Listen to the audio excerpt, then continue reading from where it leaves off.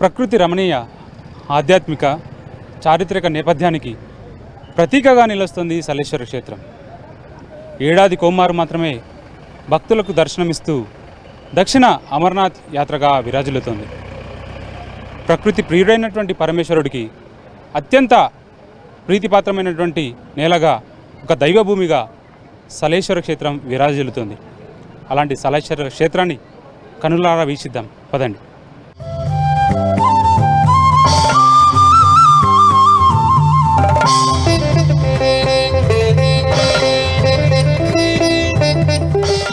సలేశ్వరం యాత్ర ఆద్యాంతం ఉల్లాసంగా, కొంత సాహసోపేతంగా సాగుతుంటుంది. అలాంటి యాత్రకు జంక్షన్ లాంటిదే ఈ ఫరహాబాద్ చౌరస్తా. ఇక్కడి నుంచే సలేశ్వరం భక్తుల తొలిపాదం పడుతుంది. ఇక్కడి నుంచి మొదలైన యాత్ర 25 కిలోమీటర్ల జర్నీ సాగిన తర్వాత 3 కిలోమీటర్ల మేర ట్రెక్కింగ్ పూర్తయిన తర్వాత లోయలో ఆ లింగమయ్యను దర్శించుకుంటారు. పదండి మనం చూద్దాం.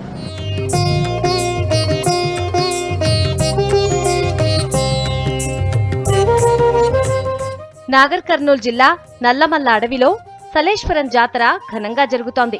తెలంగాణ అమర్నాథ్ యాత్రగా పిలిచే ఈ వేడుకకు మన రాష్ట్రంతో పాటు పక్క రాష్ట్రాల నుంచి లక్షలాది మంది భక్తులు తరలివచ్చారు. అడవిని నమ్ముకొని జీవించే చెంచులకు వేసవి విడిదిగా ఉండే ఈ చల్లటి ప్రదేశాన్ని ఒకప్పుడు సర్వేశ్వరంగా పిలిచేవారు. ఆ తర్వాత ఈ క్షేత్రం సలేశ్వరంగా మారింది. ఈ క్షేత్రం పడమర వైపు 10 అడుగుల ఎత్తుతో ఉన్న శనీశ్వరాలయం గర్భాలయ గోడను బట్టి ఇది క్రీస్తు శకం 6-7 శతాబ్దాలకు చెందిందని చరిత్రకారులు చెప్తారు.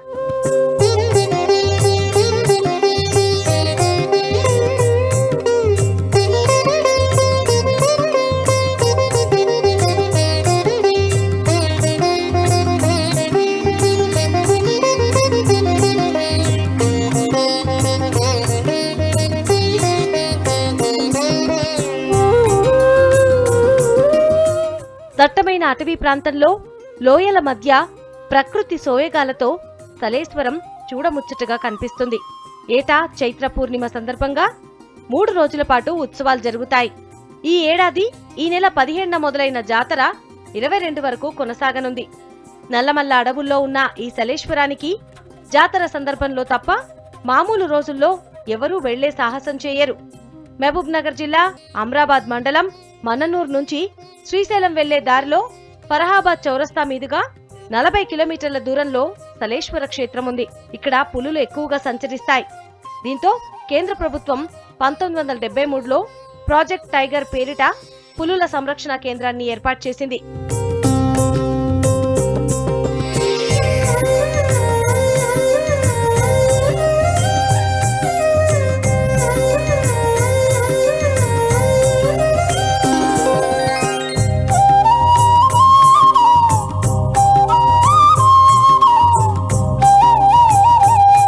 ఇక్కడ 2 గుట్టల మధ్య ఉన్న ఇరుకైన లోయలో జాగ్రత్తగా నడవాలి. కుండం చేరాకే అద్భుత దృశ్యం కనిపిస్తుంది. కొన్ని వందల అడుగుల ఎత్తు నుంచి జలధార కుండంలోకి వచ్చిపడుతుంది. ఈ జలధార కింద భక్తులు స్నానాలు చేస్తారు. ఎన్నో అరణ్య మూలికల సారం కలిగిన ఈ నీటిని తాగటం పుణ్యఫలంగా భావిస్తారు. ఇక్కడ ఉన్న గుహలోనే లింగమయ్య స్వామి లింగం ఉంది. గుడి ముందు మాత్రం వీరభద్రుడు, గంగమ్మ విగ్రహాలున్నాయి. భక్తులు దారి పొడవునా వస్తున్నాం వస్తున్నాం లింగమయ్య, పోతున్నాం పోతున్నాం లింగమయ్యో అని స్మరిస్తూ రేయి పగలు భక్తులు నడక సాగిస్తూ ఉంటారు.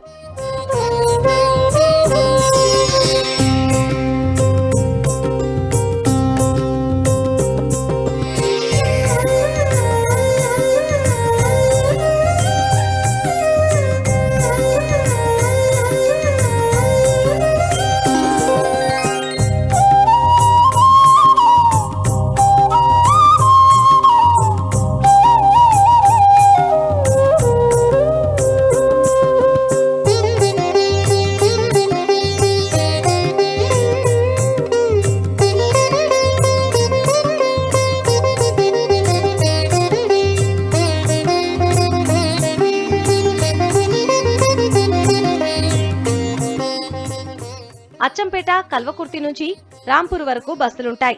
రాంపూర్, మోకాళ్ల కురువ, గాడిద దోన, ఇప్పచెట్టు బండా చేరుకుని ఇక్కడ విశ్రాంతి తీసుకుంటారు. ఇక్కడ అప్పాయిపల్లి నుంచి వచ్చే బాట కలుస్తుంది.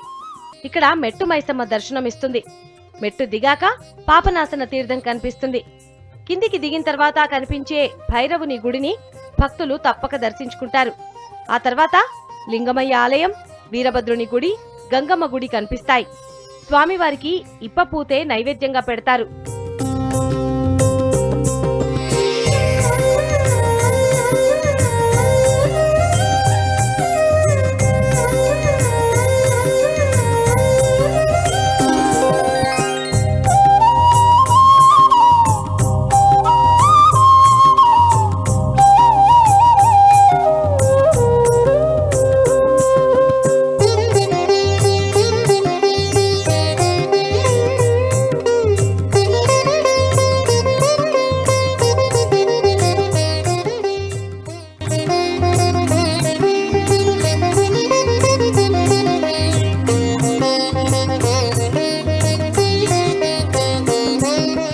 ఆలయంలో గిరిజనులే పూజారులు.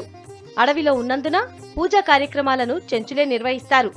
వాళ్లే వాలంటీర్లుగా వచ్చే భక్తులకు సాయం చేస్తారు. వీళ్లు శ్రీశైలం మల్లన్నను, నరసింహస్వామిని అల్లుడుగా, చెంచులక్ష్మి, బ్రహ్మరాంబను ఆడబిడ్డగా భావిస్తారు. జాతరకు ముందు 15 రోజుల నుంచి ఏర్పాట్లలో నిమగ్నమవుతారు. వెలుతురు కోసం జనరేటర్లు, రహదారులు వీళ్లే ఏర్పాటు చేస్తారు.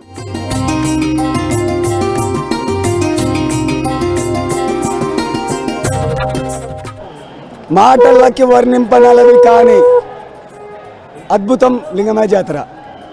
నీ జాతర చేస్తే మాలో శక్తి వస్తుంది, మాలో భక్తి పెరుగుతుంది, మా రోగాలకు మందు దొరుకుతుంది. నీ దారిలో నడవలేమి, మేము ఇక్కడ పాకుతున్నాం బల్లుల్లా గోడలు బండలు పట్టుకొని. ఇదంతా నీ బిచ్చ.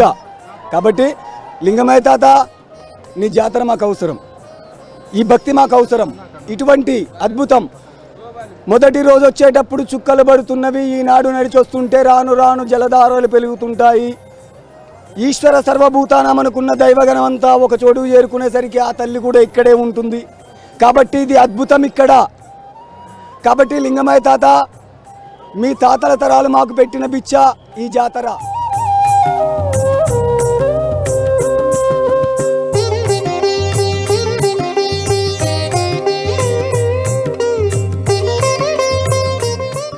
అర్ధరాత్రి అడవిలో పున్నమి వెన్నెల్లో గడపటాన్ని భక్తులు ఇష్టపడతారు. ప్రతి ఏడాదిలాగే ఈ ఏడాది కూడా సలేశ్వర జాతర ఉత్సవాలు అంగరంగ వైభవంగా ప్రారంభమయ్యాయి. వయోలింగ భేదం లేకుండా రాత్రి పగలు భక్తులు కాలినడకన రావటం క్షేత్రం ప్రత్యేకత. ఎంత కష్టమైనా సలేశ్వరం చేరుకుని మొక్కుబడులు తీర్చుకుంటారు. హైదరాబాద్, మహబూబ్ నగర్, నాగర్ కర్నూల్, కల్వకుర్తి, దేవరకొండ తదితర ప్రాంతాల నుంచి అధిక సంఖ్యలో భక్తులు పాల్గొంటారు.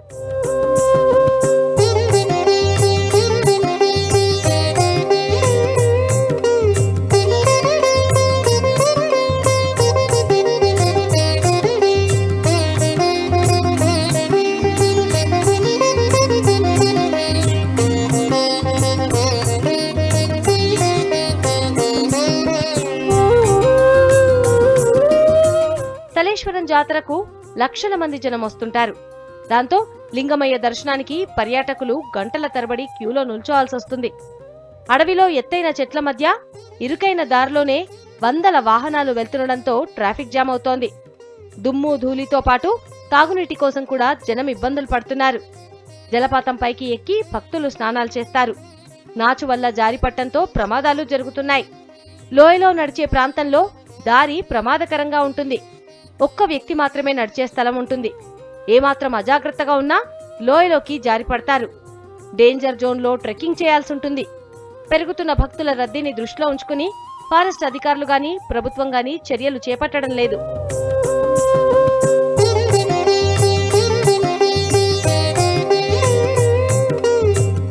ఆల్మోస్ట్ కింద లైన్లో ఒక 15,000 వరకు కింద ఉన్నారు. ఒక స్టేజ్కి వచ్చేసరికి ఆల్మోస్ట్ సింగిల్ లైన్లో నడుస్తున్నాం మేము.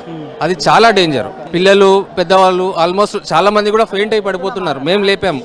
చాలా చాలా డేంజరస్గా ఉంది. పబ్లిక్ మూమెంట్ కూడా ఒకరికొకరికి సఫకేషన్లో అయిపోతున్నది, ప్రాబ్లం అవుతుంది. సలేశ్వర చాలా భక్తి శ్రద్ధలతో కూడుకున్నది. కాకపోతే ఫెసిలిటీస్ అనేది చాలా ఇబ్బందులు పడుతున్నారు భక్తులు. అదొక్కటి ఫెసిలిటీస్ కల్పిస్తే మరో శ్రీశైలం లాగా మంచి పుణ్యక్షేత్రం అవుతుంది. ఇంకొకటి, ఇన్ని కష్టాలు పడి వస్తున్నాము, పైనుంచి ఒక 3 కొండలు దిగి వచ్చేస్తున్నాము. మరి లక్షల కొద్ది భక్తులు వస్తున్నారు.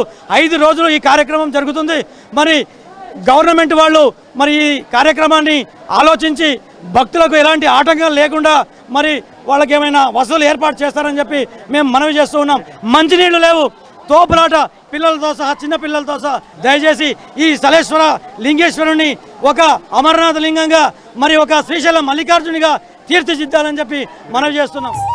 ఈ క్షేత్రం శ్రీశైల మహాక్షేత్రానికి 28 కిలోమీటర్ల దూరంలో ఉంది. దట్టమైన అడవి ప్రాంతంలో ఈ క్షేత్రానికి ఇప్పటి వరకు రోడ్డు మార్గం లేదు. అటవీ శాఖ వారు తాత్కాలికంగా కొంత దూరం మాత్రమే రోడ్డు ఏర్పాటు చేశారు. మండు వేసవి ఉన్నందున దారి పొడుగునా మంచినీటిని కల్పించడంతో పాటు కొన్ని స్వచ్ఛంద సంస్థలు అన్నదాన కార్యక్రమాలు చేపట్టాయి. ఎంతో చరిత్ర ఉన్న ఈ ఆలయం ఉత్సవం సందర్భంలో తప్పితే మిగతా సమయాల్లో ఎవరికీ గుర్తురాదు. లక్షల మంది భక్తులు దర్శించుకునే ఈ క్షేత్రంలో అభివృద్ధి లేదు. సౌకర్యాలు మెరుగుపడితే క్షేత్రం మరింత అభివృద్ధి చెందే అవకాశం ఉంది.